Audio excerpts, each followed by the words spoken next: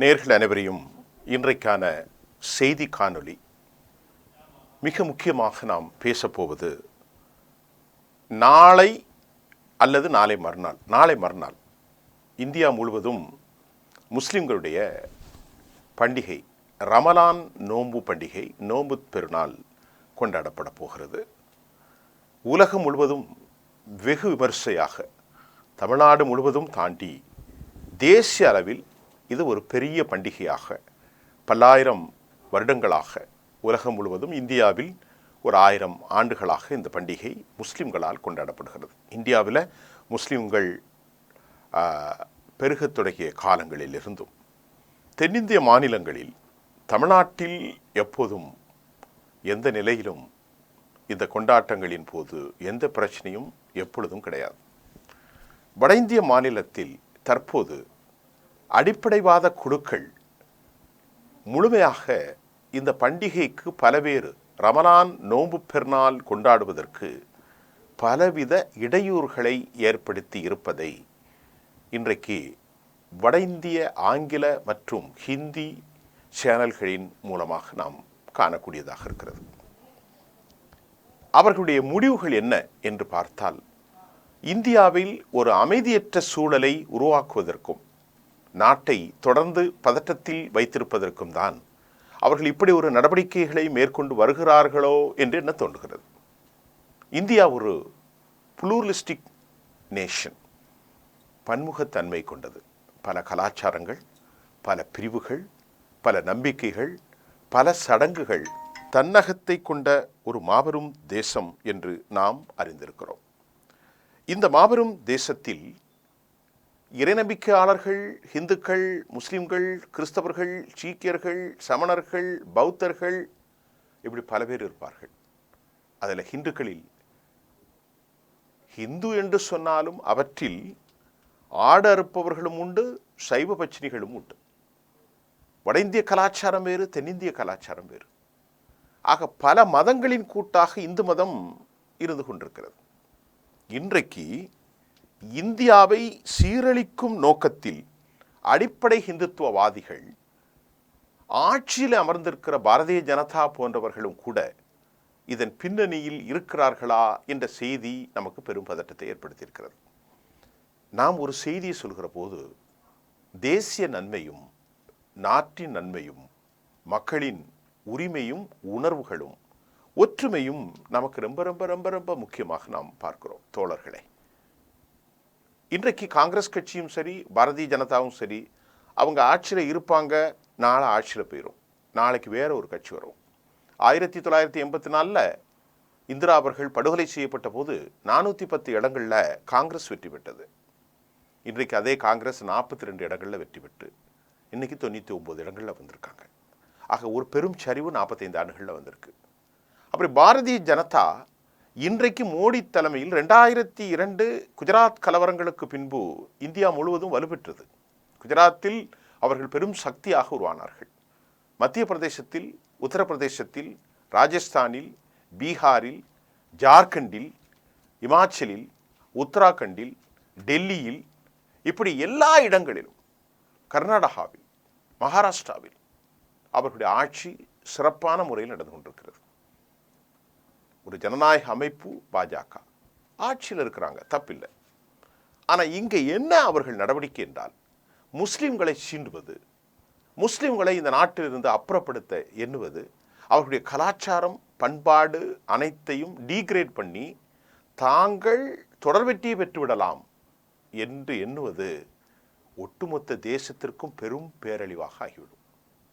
ஏன் அப்படி சொல்றீங்க அப்படின்ட்டு நம்ம பார்ப்போம். ரம்ஜான் என்பது, தீபாவளி என்பது, கிறிஸ்துமஸ் திருவிழா என்பது, இன்னும் பல திருவிழாக்கள் தேசிய நீரோட்டத்தில் மக்களை ஒழுங்குபடுத்தி அரசு விழாவாக இருக்கும். இன்றைக்கு பாரதிய ஜனதாவினுடைய ஆட்சி நடக்கக்கூடிய உத்தரப்பிரதேசத்தில், ஹரியானாவில் வரக்கூடிய செய்திகள் பெரும் கவலை தருவதாக இருக்கின்றது. நாம் முதல் செய்தியை என்னவென்று இங்கு பார்க்கிறோம். அதாவது, யோகி ஆதித்யநாத் ஒரு கடும் போக்குவாதி, ஒரு தீவிர சிந்தனை கொண்ட அடிப்படை ஹிந்துத்துவாதி. அவருடைய மாநிலத்தில் என்ன கொண்டு வரப்படுகிறது என்ற செய்தியை பார்க்கிறோம். என்ன சொல்றாங்கன்னா, வருகிற 31ஆம் தேதி ரம்ஜான் பண்டிகை கொண்டாடப்படுகிறது. உத்தரப்பிரதேசத்தில் சிறப்பு தொழுகைகள் நடத்துவதற்கு பலவித கட்டுப்பாடுகளை யோகி ஆதித்யநாத் அரசு விடுத்திருக்கிறது. என்னன்னா, அந்த மாநிலத்தினுடைய எஸ்பி சந்திரா தலைமையிலான குழு என்ன சொல்றாங்கன்னு சொன்னா, மசூதியில் ஒலிபெருக்கி வைக்கக்கூடாது. அதே மாதிரி மசூதி வளாகத்துக்குள் மட்டும்தான் தொழுகை நடத்த வேண்டும். அதே போன்று தொழுகை வேளைகளில் மின்சாரம் தண்ணீருக்கான ஏற்பாடுகள் சீராக செய்யப்பட வேண்டும். அதை பாரம்பரிய தொழுகை வேலையின் போது மின்சாரம் தண்ணீர்கள் ஏற்பாடுகள் சீராக செய்யப்படும். இதே போல மக்கள் பரஸ்பர நல்லிணக்கத்தோடு ஈத் முடிந்த பின்பு அடுத்து வரவிருக்க நவராத்திரியையும் அமைதியாக கொண்டாடுமாறும் வேண்டுகோள் விடப்பட்டது. சரி, இது நல்ல விஷயம் தானே, இதில் ஒன்றும் தப்பில்லை. அதே மாதிரி மீரட்டில் என்னன்னு சொன்னால், சாலைகளில் ஈத் தொழுகை நடத்தினால் கடும் நடவடிக்கை எடுக்கப்படும். Meerut Muslim population area, majoritarian Muslim மக்கள் அங்கே பெரும் தொழில்களை செய்கிறாங்க. அங்கே முஸ்லீம்கள் கூடுதலாக இருக்கிற இடத்துலையும் பள்ளிவாசல்களில் கூட்டம் அதிகமாக இருந்தாலும் சாலைகளில் பொது இடங்களில் நீங்கள் தொழக்கூடாது, எச்சரிக்கை. அது மட்டும் இல்லாமல் மீரட்டின் பதட்டமான பகுதிகளில் கூடுதல் படைகளை கொண்டு வந்துடுறாங்க. சிசிடிவி ட்ரோன்கள் மூலம் தொழுகை நடத்துவர்கள் கண்காணிப்பு, அதை பதட்டத்தை உருவாக்குறாங்க. ஒரு செயற்கையாக ஒரு பதட்டத்தை உருவாக்குறாங்க. இத்தனை ஆண்டுகளாக பெரிய அளவில் ஒன்றுமில்லை. போலீஸ் துறை போடுவது, பாதுகாப்பு போடுவது, சமூகங்களுக்கு நல்லிணக்கம் உருவாக்குவதெல்லாம் தவறே கிடையாது. ஆனால் இவர்கள் வேண்டுமென்றே ஒரு பதட்டத்தை உருவாக்குறார்கள். மீறினால் என்ன தெரியுமா, அவங்களுக்கு பாஸ்போர்ட் ரத்து செய்யப்படும். அவர்களுக்கு விசா நிபந்தனைகள் மீறினால் அவர்களுடைய பாஸ்போர்ட்டு, அவர்களுடைய டிரைவிங் லைசன்ஸ், அவர்களுடைய ஓட்டுநர் உரிமங்கள் எல்லாமே கைது செய்யப்பட்டு அவர்கள் மோசமான நிலைக்கு தள்ளப்படுவார்கள். கரோனா பரவல் காலத்துக்கு பிறகு, கொரோனாவுடைய பரவத்துக்கு பிறகு வெள்ளிக்கிழமை தொழுகைகளை கூட இவர்கள் ரெஸ்ட்ரிக்ஷன் பண்ணாங்க. எந்த அளவுக்கு ஒரு கொடுமை பாருங்க. மனிதன் கலவரம் ஏற்படுத்தினா பரவாயில்ல சார், ரோட்டில் நின்று தொழுதுனா அவங்களுக்கு பாஸ்போர்ட் கிடையாது சார். பீகாருடைய அரசு என்ன சொல்லியிருக்கு அப்படின்னு பார்த்தா, ரம்ஜானுக்கு உங்களுக்கு லீவே கிடையாடா, அது கவர்மெண்ட் லீவே கிடையாது. என்ன சொல்கிறாங்கன்னா, இது பாஜக அரசு தான், உத்தரப்பிரதேச பாஜக அரசு யோகி ஆதித்யநாத். பீகாருடைய பாஜக அரசு என்ன சொல்லுது, பாஜக ஹரியானாவுடைய பாரதிய ஜனதா அரசு என்ன சொல்கிறாங்கன்னா, இங்கே பாருங்கள், நயப் சிங் சைனி ஒரு பயங்கரமான பேச்சாளர், அவருடைய பேச்செல்லாம் கொடூரமான பேச்சாக இருக்கும். அவர் என்ன சொல்கிறார் அப்படின்னா, அட்டவணை 1 கீழ் வரையறுக்கப்பட்ட விடுமுறை ரம்ஜான் அறிவிக்கப்பட்டிருதலா, இதெல்லாம் தேவையில்லை. யாராவது ரம்ஜான் கொண்டாட நினச்சா நாங்கள் அந்த பட்டியலிருந்தே நீக்கிடுறோம். அரசு விழாலாம் ரம்ஜான்லாம் கொடுக்க முடியாது, நீ யாராவது தேவைப்பட்டால் எடுத்துக்கோ அப்படின்ட்டு அவருடைய பாரதிய ஜனதாவுடைய நயப் சிங் சைனி எங்கே ஹரியானாவில் அறிவிச்சிட்டார். அவர் என்ன சொல்கிறாருன்னா, ஹரியானா தலைமைச் செயலாளர் அனுராக் எஸ்ஸோகி வெளியிட்ட அறிக்கையில் என்ன சொல்கிறாருன்னா, டிசம்பர் 26, 2004 வெளியிடப்பட்ட அறிவிப்பில் மார்ச் 31, அதாவது வரக்கூடிய திங்கட்கிழமை 2025 ரமதானுக்கான விடுமுறைகள் எதுவும் கிடையாது. அன்று நாட்களில் 31ஆம் தேதி இறுதி நாளாக இருப்பதால் இந்த முடிவு எடுக்கப்பட்டுள்ளதான பூசி மெழுகிறாங்க. ஹரியானா அரசாங்கத்திடம் முடிவின்படி ரமலான் பண்டிகைக்கான விடுப்பை மற்றவர்கள் அதன் தேவைப்பட்டால் விடுப்பாக இந்த ஆண்டு மார்ச் 29 சனிக்கிழமை, 30 ஞாயிற்றுக்கிழமை, 31 இறுதி நாளிலும் எடுத்துக்கொள்ளலாம். அதே மாதிரி இந்த ஆண்டு 31ஆம் தேதி இந்தியா முழுவதும் ரமலான் கொண்டாடப்படுவதால் ஹரியானாவில் விடுமுறை ரத்து செய்யப்பட்டுள்ளது. இது 2வது. 3வது, நல்லா கவனிங்க, இதை செஞ்சு முடிச்சிடும். 3வது என்னன்னா, இவர்களுடைய இந்த விஷயத்திற்கு ஆர்பிஐ என்ன சொல்கிறாங்கன்னா, ரமலானுடைய விடுமுறையை ரத்து செஞ்சிடறாங்க. அவங்க வைக்கிறதுக்கு சில காரணங்கள் இருக்கிறது. மார்ச் மாதம் எண்டு அப்படிங்கிறத காரணம் காட்டுறாங்க. ஆர்பிஐ என்ன சொல்கிறாங்கன்னா, ரம்ஜான் இந்த ஆண்டு ரமதான் தினத்தில் வங்கிகளுக்கு விடுமுறை கிடையாது. ரிசர்வ் பேங்க் ஆஃப் இந்தியாவுடைய அறிக்கை நல்லா கவனிங்க, இது எல்லாமே பாரதிய ஜனதாவினுடைய ஆளுகைக்கு கீழ் வருகிற ரிசர்வ் பேங்க், பாஜகவின் மாநிலங்கள் ஹரியானா, பாரதிய ஜனதா ஆளுகிற உத்தரப்பிரதேசம், இவைகள் அனைத்தும் ரமலான் மாதத்திற்கு ஆர்பிஐக்கு லீவு கிடையாது என்று சொல்லியிருக்கிறாங்க. என்ன சொல்கிறாங்கன்னா, ஆர்பிஐ வெளியிட்ட அறிக்கையில் செக் டிரான்சாக்ஷன் சிஸ்டம் சிடிஎஸ் இந்த ஆண்டு 31ஆம் தேதி அன்று இயங்கும் என்று குறிப்பிடப்பட்டுள்ளது. சுற்றறிக்கையின் மேலும் 2024-25 நிதியாண்டில் மார்ச் 31ஆம் தேதிக்குள் சிடிஎஸ் அமைப்பின் கீழ் கிளியரிங் நடைபெறும். மார்ச் 31ஆம் தேதி வங்கிகள் செயல்படும். மார்ச் 1 ரிசர்வ் பேங்க் செயல்படும், மார்ச் 30 பெருசாக கவர்மெண்ட் லீவ்லாம் ஒன்றும் கிடையாது என்று சிடிஎஸ் அமைப்பின் கீழ் உள்ள அனைத்து உறுப்பினர்கள் வங்கிகளும் இந்த சிறப்பு நேரங்களில் கிளியர் உண்டு. அதே போன்று மார்ச் 31 ரம்ஜான் நாளாக இருந்தாலும் வங்கிகளுக்கு விடுமுறை அல்ல என்பது உறுதி செய்யப்பட்டிருக்கிறது. புரியுதா? இப்போ இதை ஒரு நாள் தள்ளி வச்சானா? இப்போ கேள்வி என்ன புரியுதா? ஒரு பக்கம் உத்தரப்பிரதேச அரசு, ஹரியானா அரசு லீவே கிடையாது, உனக்கு கிடையாது. நாயப் சிங் சைனி விஷத்தை தான் கக்கக்கூடியவர், பட்டு மோசமாக பேசக்கூடியவர். அதே மாதிரி உத்தரப்பிரதேசத்தில் சொல்ல வேண்டியதே இல்லை. 100 முஸ்லீம் இருக்கிற இடத்துல 50 இந்து பாதுகாப்பாக இருக்க முடியுமான்னு கேட்குறான் மனுஷன். 100 முஸ்லீம் இந்து இருக்கிற இடத்துல ஒரே ஒரு இந்து பாதுகாப்பாக இருக்க முடியுமா என்ற கேள்வி. ஒரு முஸ்லீம் பாதுகாப்பாக இருக்க முடியும். 100 முஸ்லீம் இருக்கிற இடத்துல 50 இந்து பாதுகாப்பாக இருக்க முடியுமா? 100 இந்து இருக்கிற இடத்துல ஒரு முஸ்லீம் பாதுகாப்பாக இருக்கலாம்னு சொல்லி வன்முறை. இது யோகி ஆதித்யநாத்.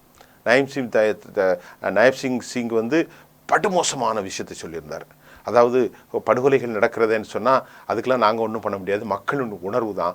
இப்போ மாப் லிஞ்சிங் இந்த மாதிரி மாடு எடுத்து சாப்பிட்றாங்கன்னு கொலை செய்கிறாங்களேன்னு கேட்டால் அது மக்களினுடைய உணர்வுகள்னு சொன்னவன் தான் அந்த நாயப் சிங் சைனி. ஹரியானாவுடைய முதலமைச்சர் சொல்கிறாரு, இப்படி படுகொலை நடக்கிறதுன்னா அது மக்களின் உணர்வுகள். சாப்பிட மாட்டேன்னு சொல்லக்கூடிய அந்த பசுவை அடித்து சாப்பிட்டா நாங்கள் கொலை செய்ய தான் செய்வோம், அது மக்களின் உணர்வுகள் என்று சொன்னவர் ஹரியானா.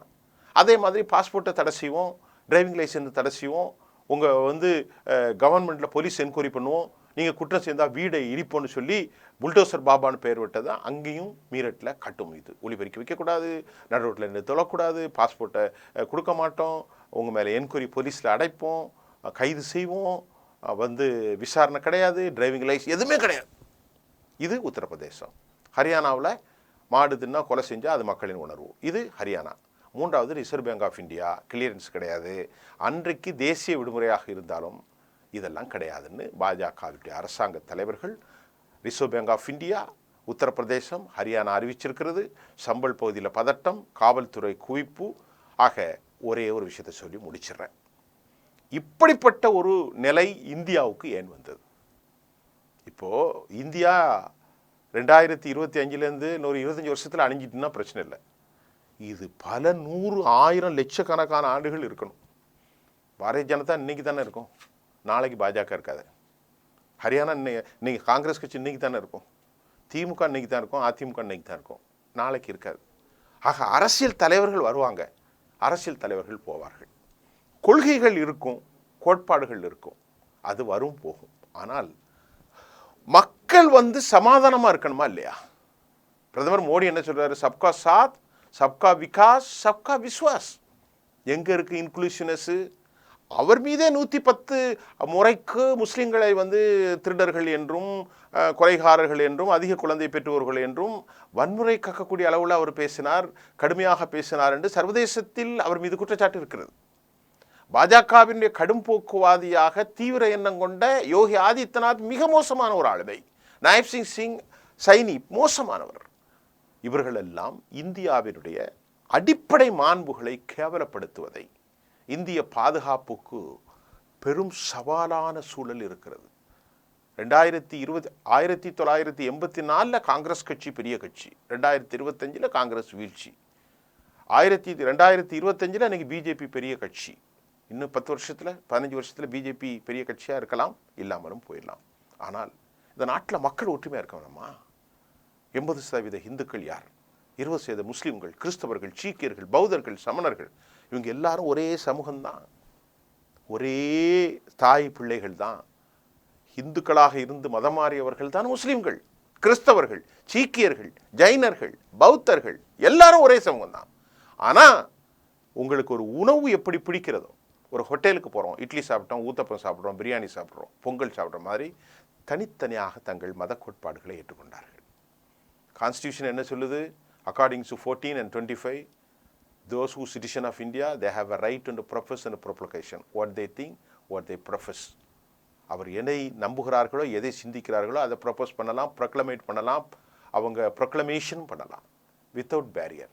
ஆனால் அங்கே வயலேஷன் இருக்கக்கூடாது, அட்ராசிட்டி இருக்கக்கூடாது, மோசமான நிலை இருக்கக்கூடாது. நான் விரும்புவதை நான் பிரகடனப்படுத்தலாம்.